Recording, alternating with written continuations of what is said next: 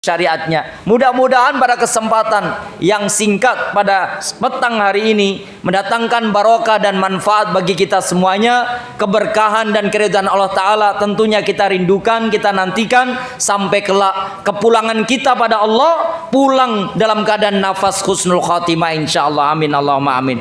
Salawat bering salam kita aturkan pada qudwah hasanah Nabiullah Mustafa Nabi Muhammad sallallahu alaihi wasallam wa ala alihi wa ashabihi wa man tabi'ahum bi ihsanin ila yaumil qiyamah. Ma'asyiral muslimin, pada kesempatan yang berbahagia ini tema yang saya angkat adalah generasi yang hilang. Kenapa saya angkat generasi yang hilang? Hari ini tiba-tiba di media sosial disibukkan dan ributkan dengan sekian banyak informasi yang amat sangat membingungkan. Di mana letak kebingungannya? Yaitu ada seorang pemuda usianya SMA, banyak maaf ini kalau ada pak guru-gurunya. Usianya SMA, ketika dia merokok di lingkungan sekolah, bagi yang mungkin biasa dengan gadget HP dapat kabarnya, bagi yang tidak biasa dengan HP mungkin nggak dapat kabarnya, atau mungkin di televisi biasa disiarkan, walau alam. Yang jelas anak muda usia SMA ini merokok di lingkungan sekolah, merokok ditegur gurunya, dia tetap nekat merokok, ditegur guru bimbingan konseling guru BK-nya, dia tetap merokok, akhirnya dibawa ke meja kepala sekolah, yang kepala sekolahnya adalah perempuan, seorang ibu-ibu. Diingatkan, nak, ini lingkungan sekolah, nak, ini tempat bukan untuk merokok, sudah tertulis no smoking, dan negara ini mengatur orang dibolehkan merokok. Negara ini, bukan Islam kita ini, negara ya. Kalau Islam beda lagi. Kalau Islam mengharamkan membunuh diri sendiri. Negara ini adalah negara yang mengizinkan rokok di usia 21 tahun. Kamu baru belasan tahun, kamu kelas 10, maknanya berarti kamu baru 1 SMA. Belum ada diperbolehkan, apalagi lingkungan sekolah. Dipukul dia nekat, dia ngeyel, dipukul. Dipukulnya bukan muka, dipukulnya bukan kepala, dipukulnya boleh tempat yang dipukul. Di antara tempat yang boleh dipukul oleh guru untuk muridnya itu, 1 lengan atas, 2 punggung, 3 bokong pantat, 4 paha, 5 apa ini? Kentol. Betis. Ya. Kentol, pupu, apa lagi? Bokong, apa lagi namanya? Pundak sama sini. Lengan atas sama namanya? Lengan. 5 diantaranya. Boleh juga sebenarnya bagian dada, tapi itu harus ketika dia sedang bela diri, atau sedang sabung, atau sedang mulakamah, ya bahasa Arabnya mulakamah. Bapak ibu sekalian, anak ini protes, dipukul oleh guru perempuan. Bagi saya yang laki-laki, atau anak-anak saya yang 7 laki-laki, itu selalu saya katakan, kalau hanya pukulan wanita, nak, ujung kuku kecil, cuma dipukul wanita. Apa rasanya dipukul wanita? Anak ini ternyata nangis, cemen, cengeng, lebay, alay, metre, memplem, koyo kurupo kena angin, ya, memplem. Itulah ya, memplem itu. Dia pulang lapor pada maknya, mama. Kalau dia karena orang Sunda, ya, karena orang Sunda, dia katakan, ma, aku di sekolahan tadi dipukul ibu kepala sekolah. Aku di sekolah tadi diingatkan ibu kepala sekolah.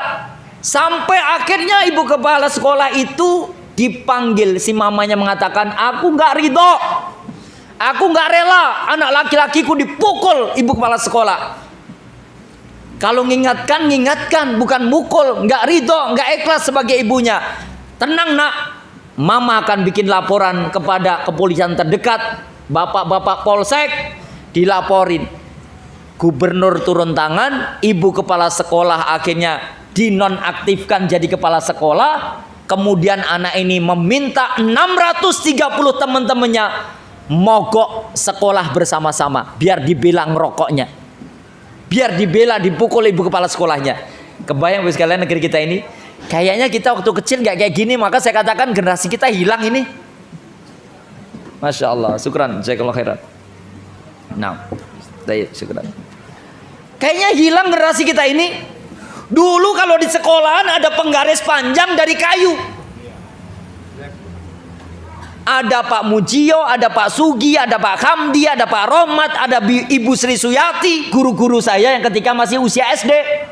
MI Muhammadiyah, Ceporan, Ngadilue, Matese, Karanganyar, Surakarta, Jawa Tengah, Indonesia. Bawahnya penggaris. Samsudin Nasrori, ya Pak, maju. Berdiri ya. Ya Pak. Kamu bisa jawab 10 soal, maka lolos. Posisi penggaris tetap seperti ini. Tapi kalau nggak bisa jawab soal, penggaris kayu dimiringkan. Pertanyaan pertama, lolos. Kedua, lolos. Ketiga, cetok. Kenondas. Ndase lagi apa? Siroe. Keno siroe. Sirohe. Hah? Kepala. Ndase. Ndase kasar. Hah?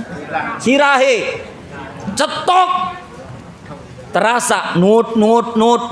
Pertanyaan ketiga, keempat, kelima, cetok berkali-kali.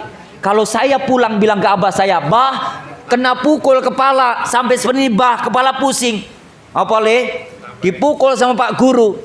Dipukul apa? Penggaris diginiin. Ini sakit sampai kayak gini nih, bah. Dilihat sama abah. Abah langsung kembali. Iki apa le? Dugel bah. Nah, ini dugel, ngerti dugel? Calana nggon dipukul kepala sekolah atau guru kok ngeluh bali sekolah. Kenapa bah? Ben dipukul nenek ora dugel iki kan sirahmu gitu. Jadi dugel itu jadi acungkan abah saya. Iya juga ya, kenapa saya ngadu pada abah? Bahkan kalau kita ini ternyata kelahi, nakal-nakalan dengan teman, kita ngelapor, nangis, kita yang dimarahi. Jadilah anak laki-laki yang tangguh, jadilah anak laki yang kuat, yang gigih, yang kokoh, yang mampu menopang segala beban kesulitan hidup. Generasi kita hari ini hilang. Namun sebaliknya Bapak Ibu sekalian, ketika kita menyaksikan sebuah acara di Trans 7 TV, sebuah pondok pesantren, di sana tinggal para kiai dan para santri yang hidup dengan sekian banyak syariat yang membersamai kehidupan 24 jamnya. Pondok ini lebih tua dari NKRI. Pondok ini lebih tua dari negara Indonesia. RI, Republik Indonesia belum ada, sudah ada 200 tahun yang lalu pondok pesantren Lirboyo, Jawa Timur. Hiduplah para santri yang selalu diajarkan tata krama, sopan santun, unggah-ungguh. Tapi dibalik semua itu semua, ternyata dikabarkan, diberitakan seolah-olah terjadi kegiatan feodal. Seorang kiai seperti mempekerjakan para santri, seperti menjajah hak-haknya para santri, seperti menjajah kehidupan hari-hari para pemuda-pemuda hari ini.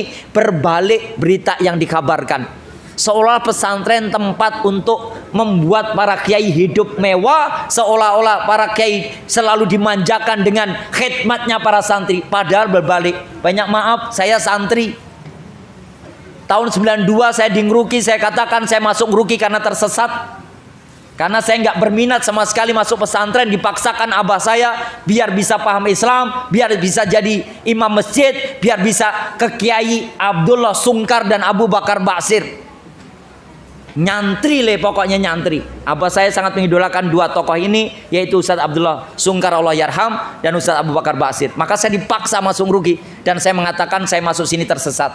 Itu kalau pagi usai sholat subuh kami baca Quran, setelah itu selesaikan kegiatan pagi, kami ada kegiatan kebersihan. Selalu saya ketok rumahnya para ustadz-ustadz.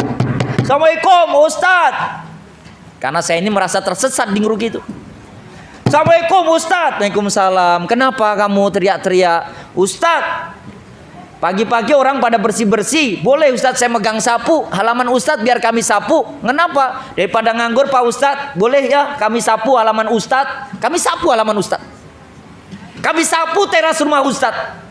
Kami sapu, bahkan sebagian nawarkan diri, Ustadz boleh kami cuci-cuci sarung Ustadz, boleh kami cuci koko Ustadz, boleh kami bantu bersihkan sorban Ustadz, boleh kami ke belakang untuk ibu nyai biar piring dan gelasnya, panci dandangnya kami bersihkan, kami berkhidmat.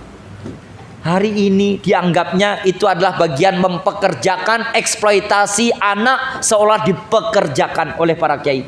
Naudzubillah wa yadzubillah. Berbalik Bapak Ibu sekalian. Mari kita kembali memori kita pada tahun 1948. Mari kita kembalikan pada tahun 1965.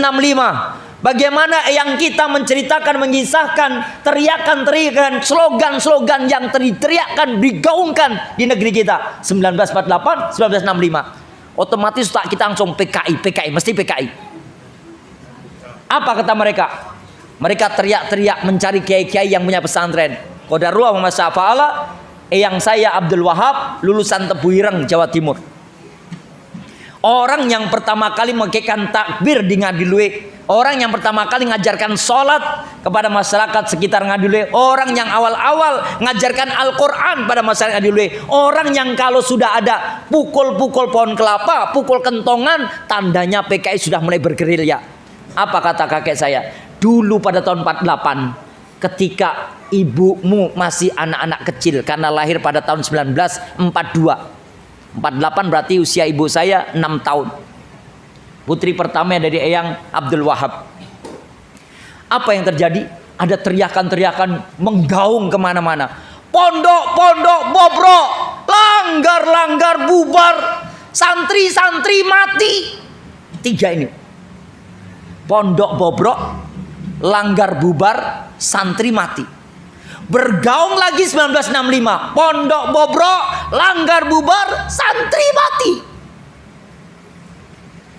Saya memanai dari kisah Eyang, dikisahkan kemudian oleh abah saya tahun 1965. Lahir putri pertamanya abah saya, yaitu Mbak Yu saya yang pertama 1965. Itu kisah bagaimana pondok-pondok pesantren dibakar, pondok-pondok pesantren dirobohkan, pondok pesantren nggak boleh melakukan aktivitas, pondok-pondok pesantren yang ada kegiatan keagamaan ditutup, kitab-kitab kuning yang dibaca dimusnahkan, seluruh aktivitas kepesantrenan ditiadakan oleh PKI gerakannya.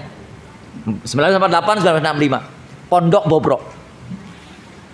Terancam kehidupan para kiai, terancam kehidupan para santri, terancam penegakan syariat Islam, terancam orang menyuarakan ayat Al-Quran, terancam syiar dan dakwah keumatan Islam. Hilang, terancam.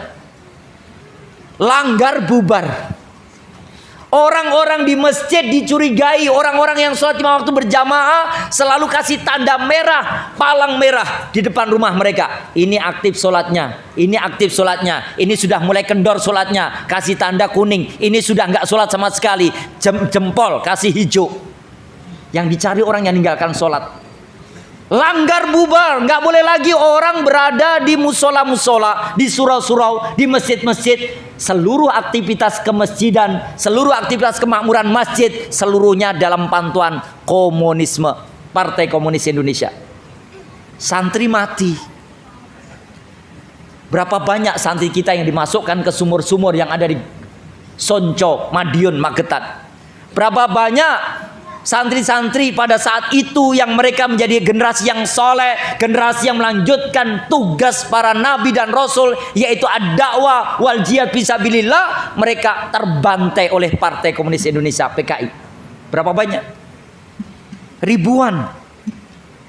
Dan kini terjadi lagi, dibalik-balik anak ngerokok, dibela 630 temennya mogok sekolah membela yang merokok dan menyalahkan kepala sekolah yang telah beri peringatan, bahkan dinonaktifkan, bahkan hampir disidakan oleh karena ibunya si laki-laki anak SMA ini tidak terima, nggak ridho, pengen dipenjarakan ibu kepala sekolah ini. Naudzubillah. Sebaliknya kegiatan pesantren curigai. Sama, slogannya sama, hanya gaungnya mungkin sudah lebih banyak orang yang sudah ngerti, sudah paham. Teriakannya sama, pondok bobrok. Kurikulumnya nggak boleh kurikulum pesantren, harus kurikulum sama dengan kurikulum barat. Mukul nggak boleh, bilang jangan nggak boleh. Tadi pagi Pak, saya ngisi di SMP Negeri 1 Karangpadan. Dari situ saya ngisi di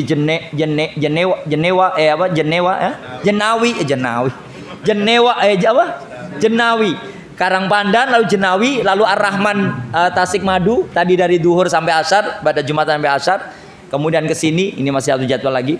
Itu ketemu sama seorang guru yang mengatakan gini, Ustadz, beberapa hari kemarin kami dikumpulkan workshop bersama UNICEF. Pendidikan tingkat internasional di bawah naungan PBB. Di sana ada pendidikan yang dipaparkan, nggak boleh guru mukul, nggak boleh guru nyubit, nggak boleh guru jenggit namanya ya. Yang sini nih ini apa ini?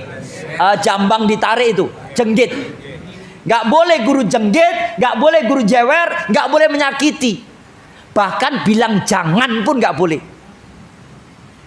Saya langsung ya Allah, kenapa Pak? Itu pendidikan Barat. Nabi itu meminta memukul bahkan. Nabi nyuruh kita mukul anak-anak kita. Pukul dia. Ada perintah pukul. Boleh mukul. Kalau memang layak untuk dipukul. Sekarang sama. Pondok bobrok. Kurikulum yang semula. Kurikulum mestinya kurikulum pesantren. 24 jam diatur ala pesantren. Semuanya kembali pada hukum positif yang ada dalam Al-Quran, bukan hukum positifnya pemerintah Indonesia atau mungkin PBB dunia. Yang ada berbalik sekarang, yang dari Al-Quran Sunnah Nabi suruh ninggalkan, kemudian suruh berkiblat pada pendidikan Barat. Nggak boleh mukul.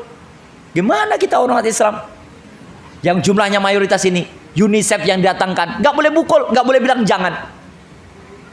Kurikulum dirubah. Pondok bobrok, bukan pesantrennya dirobohkan. Kalau pesantren dibangun sama mereka besar-besaran.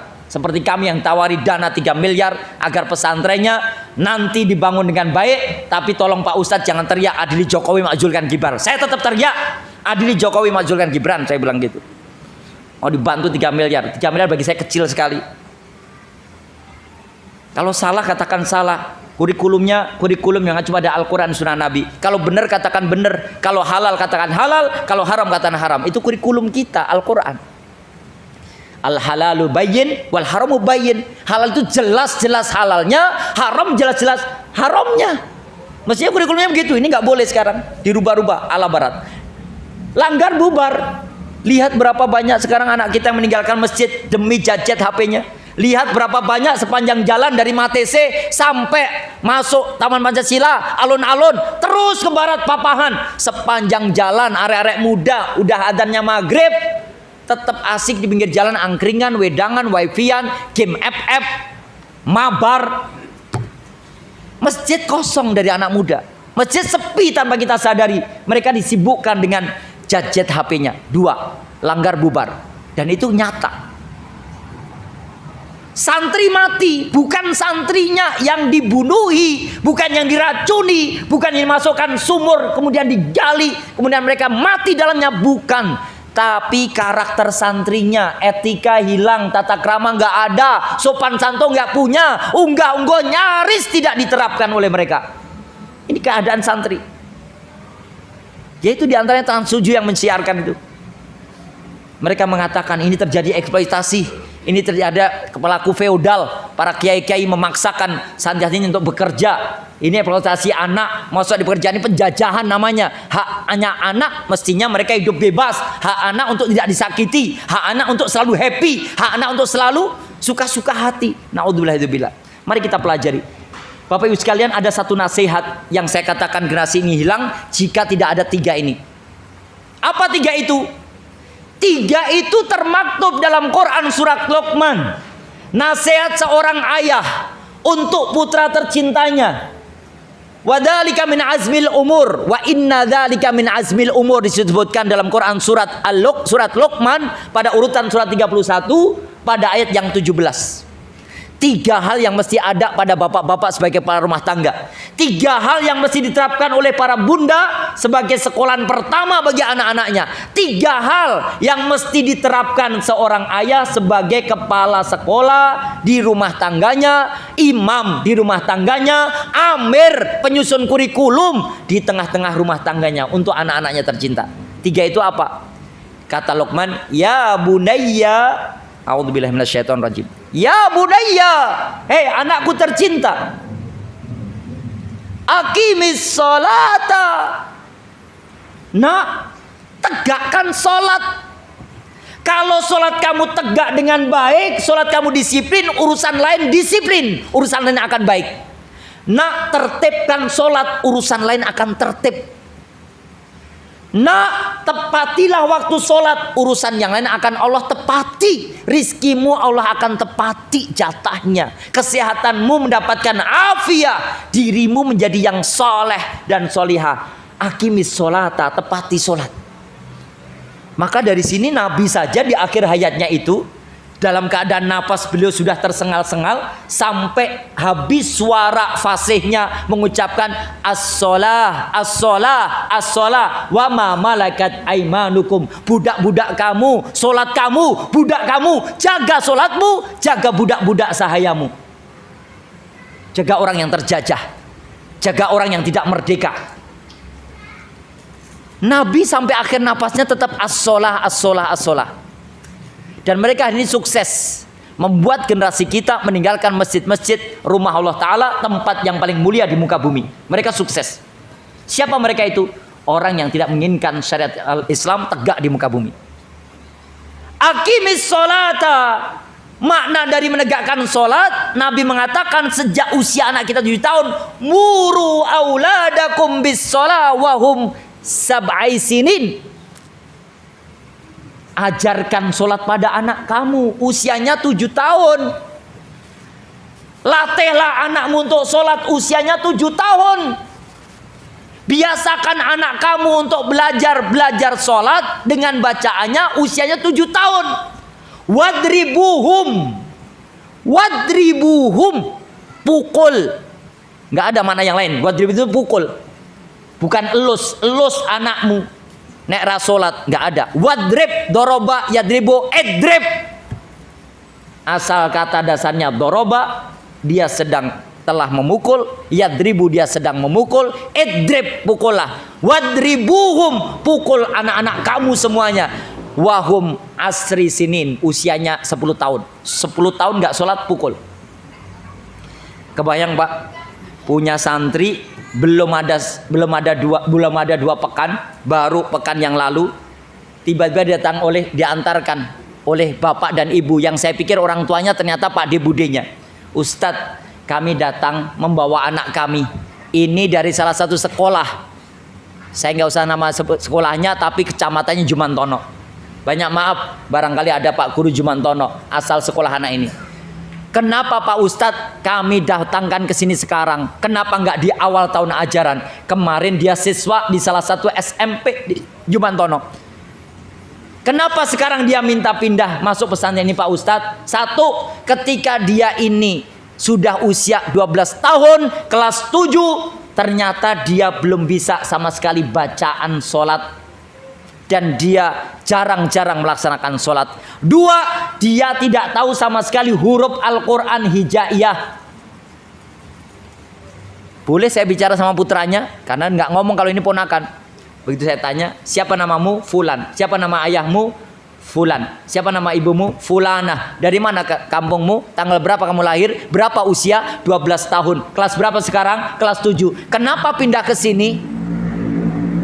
Nggak mau jawab, diem. Kenapa pindah ke pesantren ini? Nggak mau jawab. Kenapa kamu kok nunduk? Kamu nangis kenapa? Pak, saya membuat surat pernyataan 7 lembar. Ketika saya duduk di taman sekolahan, saya sedang istirahat di bawah pohon yang teduh. Tiba-tiba ada perempuan duduk di samping saya. Perempuan itu tiba-tiba megang punya saya. Tangan saya dipegangin punya dia. Di sebelah kejauhan ada yang memvideokan. Saya nggak tahu itu video, saya nggak tahu perempuan ini siapa. Tiba-tiba videonya viral. Saya malu.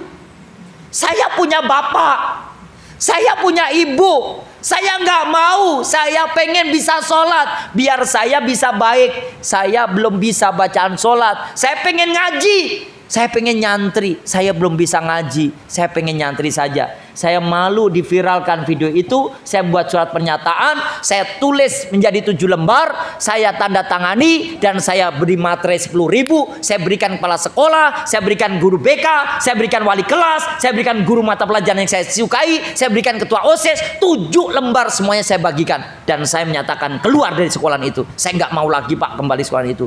Banyak orang nggak sholat.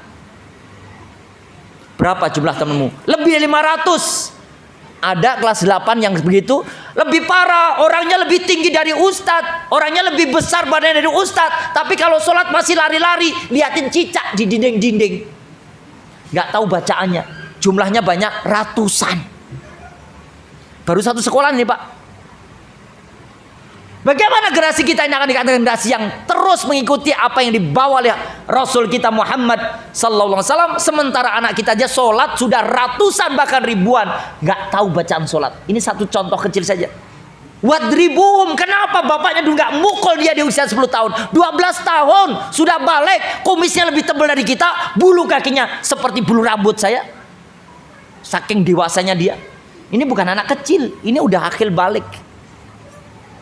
Setelah saya tanya, kamu kan sudah akil balik, kamu kan sudah ihtilam, kamu kan sudah pernah mimpi basah, kamu mestinya sholatnya udah dipukul 10 tahun, udah dinilai oleh Allah Ta'ala, kenapa nggak sholat? Nggak tahu. Saya tanya bapak ibunya, itu bapak ibumu? Bukan, itu Pak D sama Bude saya. Oh maaf, saya kira itu bapak ibumu. Bapak ibu saya nggak berani ngantar saya ke sini Ustaz, malu. Anaknya 12 tahun belum bisa sholat, anaknya 12 tahun belum bisa baca Quran. Oke, ini sekarang Ustaz tes huruf hijaiyah. Dia nanya, Pak Dek, Siti Hijaiyah itu siapa? Ngapa Le? Jadi Pak Ustadz nanya ke saya, Siti Hijaiyah itu Bude atau Pak atau Bule? Siti Hijaiyah piye toh? Nggak tahu Pak Dek. Itu Ustadznya nanya, Ustadz, anak saya ini ponakan saya ditanya Siti Hijaiyah. Siti Hijaiyah huruf hijaiyah Pak. Saya tanya, anaknya tahu huruf hijaiyah enggak? Kok Siti Hijaiyah? Oh nggak tahu. Ponakan saya belum tahu huruf hijaiyah. Gimana Pak? Hilang generasi kita ini, hilang masa depan kita ini, hilang seolah syariat yang sudah dipandangkan mata, kemenangan Islam, syariat akan tegak, hilang. Generasi kita mayoritas ribuan kalau kita mau bicarakan ini. Jarang sekali anak kita mau sholat 5 waktu, mau menertibkan di awal waktu, jarang sekali mereka masuk masjid rumah Allah Ta'ala, dan jarang mereka membuka kitab sucinya. Aqimis sholata, tegakkan sholat. Perintahkan anakmu, ajarkan 7 tahun untuk sholat. Paksa mereka 10 tahun gak sholat, pukul. Nabi yang meminta, Nabi yang mengajarkan, Nabi yang nyuruh.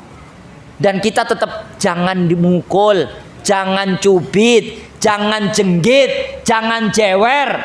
Kok jadi barat yang dielulukan? Kok jadi barat yang diikuti? Kenapa enggak Islam kita, syariat kita, Allah dan Rasulnya? Allah mengatakan aqimus sholat, Rasul mengatakan muru auladakum bis sholat. Allah mengatakan tegakkan sholat. Nah, dalam surat Luqman tadi, ya bunayya aqimis sholata. Nah, tegakkan sholat. Wajib bagi anak kita di atas 10 tahun. Bukan lagi 12 tahun. Bagaimana yang kelas 8? 14 tahun. Bagaimana yang kelas 9, 3 SMP? 15 tahun Pak. Bagaimana yang SMA? 17 tahun. Nggak tahu bacaan sholat. Naudzubillah. Inilah saya katakan generasi yang hilang. Bagaimana dulu orang tua kita ini ngajak kita, memaksa kita untuk sholat. Bagaimana kita selalu diseret-seret subuh nggak berangkat ke masjid. Diseret mulai dari amben. Sini nggak ada amben ya. Kalau kami orang kampung amben, orang sini mah spring bed semua ya. Di sini pada pakai spring bed, kami masih amben. Dari amben yang terbuat dari bambu yang digepok itu, bambu digepok galer ya. Bambu yang dibebek, ditaruh di atas dipan itu, amben untuk tidur kami.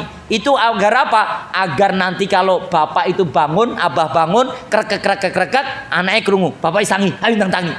Padahal abah saya bangunnya jam 2. Sholat tahajud 40 rakaat. Kami anaknya suruh ngikuti. Walaupun ngantuk-ngantuk, diikat kami ini. Diikat karo cagak. Nanti kalau agak melentek dikit, tarik lagi terasa.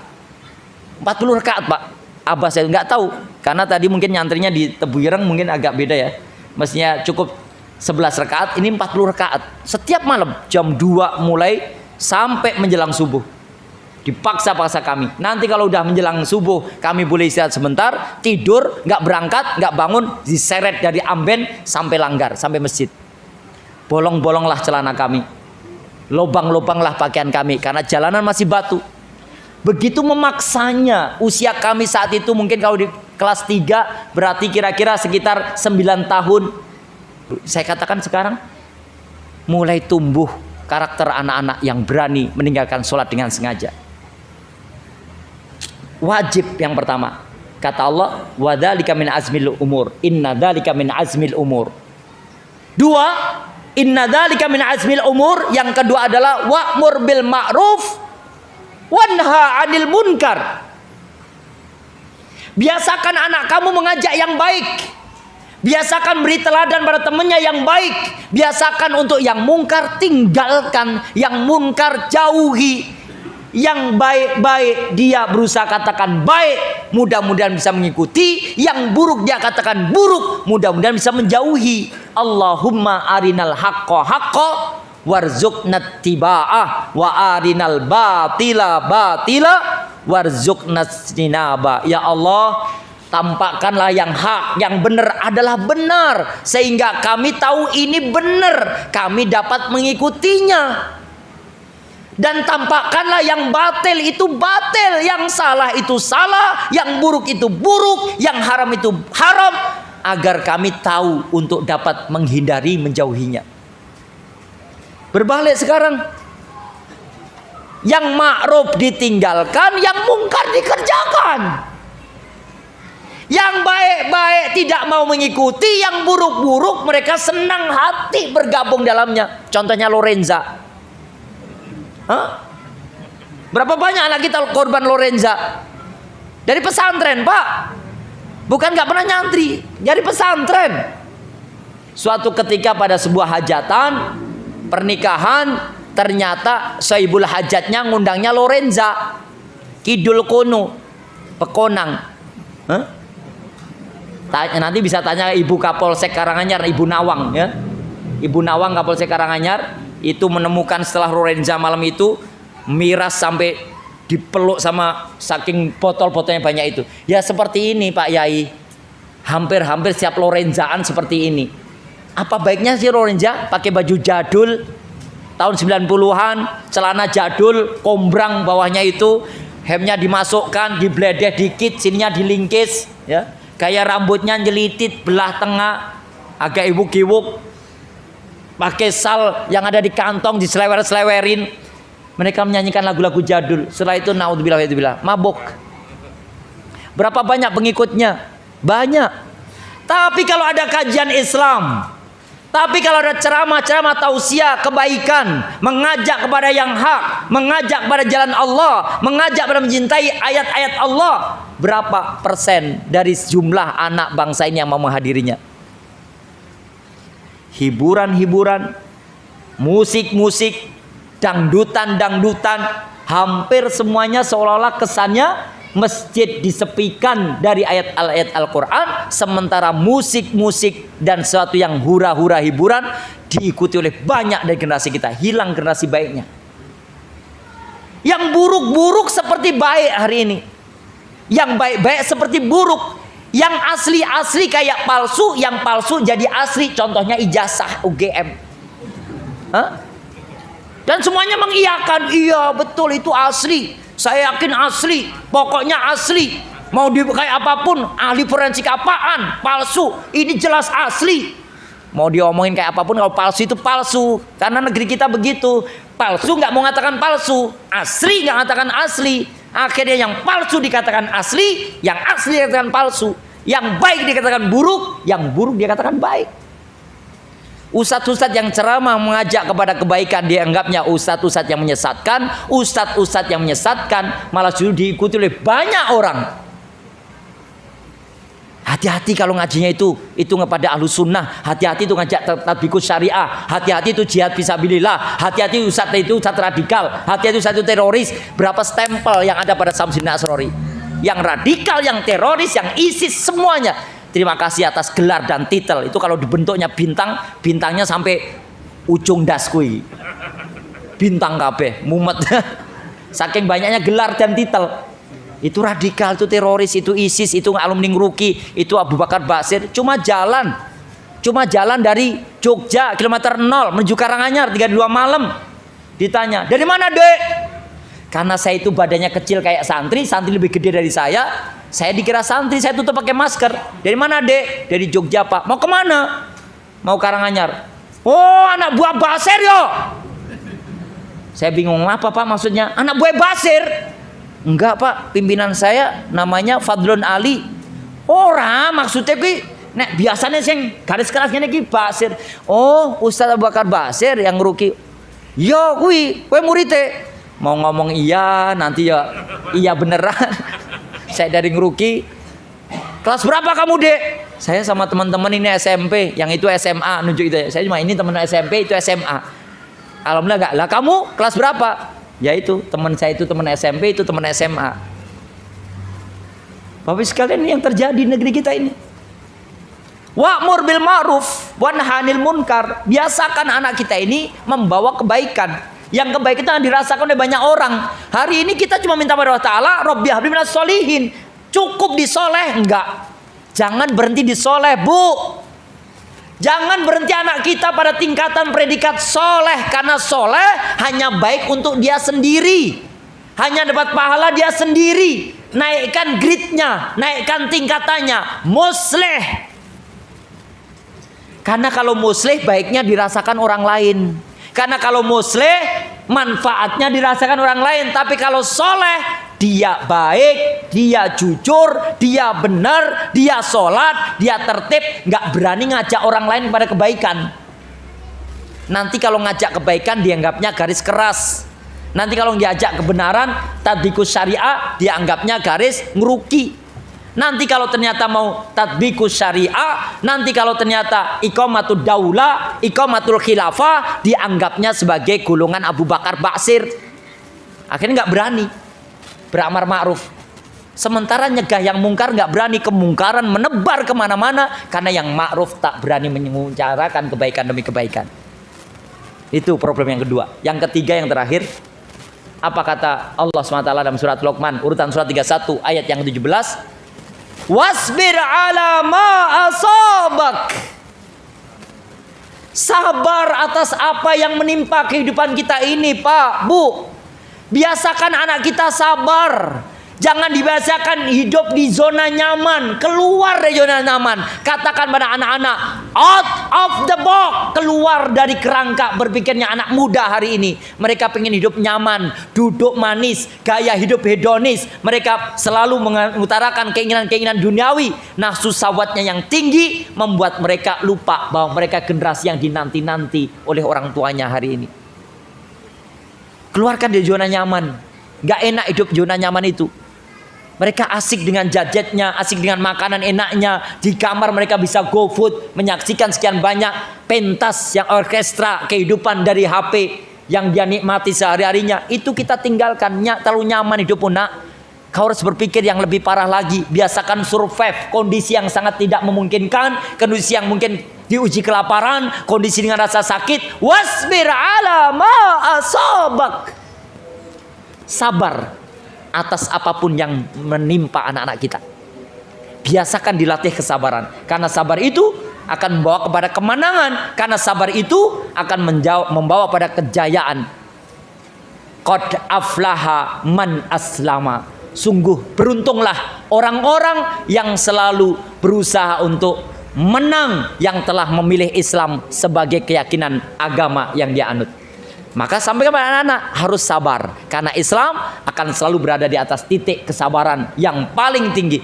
Karena Islam bisa menang dan jaya kembali ditopang oleh orang yang sabar. Sabar dalam menghadapi seluruh problematika hidup. Sabar dalam menghadapi fitnah-fitnah dunia. Sabar atas segala sesuatu yang terjadi pada proses kehidupan anak kita. 3 ini wajib dimiliki oleh seorang ayah. 3 ini wajib diajarkan dari seorang bunda pada putra-putrinya. Agar mereka menjadi generasi yang dinanti. Inna dzalika min azmil umur. Sesungguhnya 3 ini adalah sesuatu yang wajib wajib untuk dimiliki oleh orang tua terhadap anak-anaknya, yaitu menanamkan kepribadian yang tertib sholatnya agar seluruh urusannya ditertibkan oleh Allah Ta'ala, agar solusi demi solusi atas problematika kehidupannya diberikan anugerah yang mudah dari Allah Subhanahu Wa Ta'ala, jalan keluar solusinya, agar dia berusaha untuk menegakkan yang baik dan mencegah yang mungkar dan berusaha sabar atas segala apa yang dideritanya. Mudah-mudahan generasi kita menjadi generasi yang soleh dan solihah, muslih muslihah, mujahid mujahidah, muhafid muhafidah, yang kelak mereka menebar manfaat dan maslahat bagi umat menuju pada peradaban Islam yang paling baik, menuju pada peradaban Islam yang paling mulia, sehingga marwah dan izah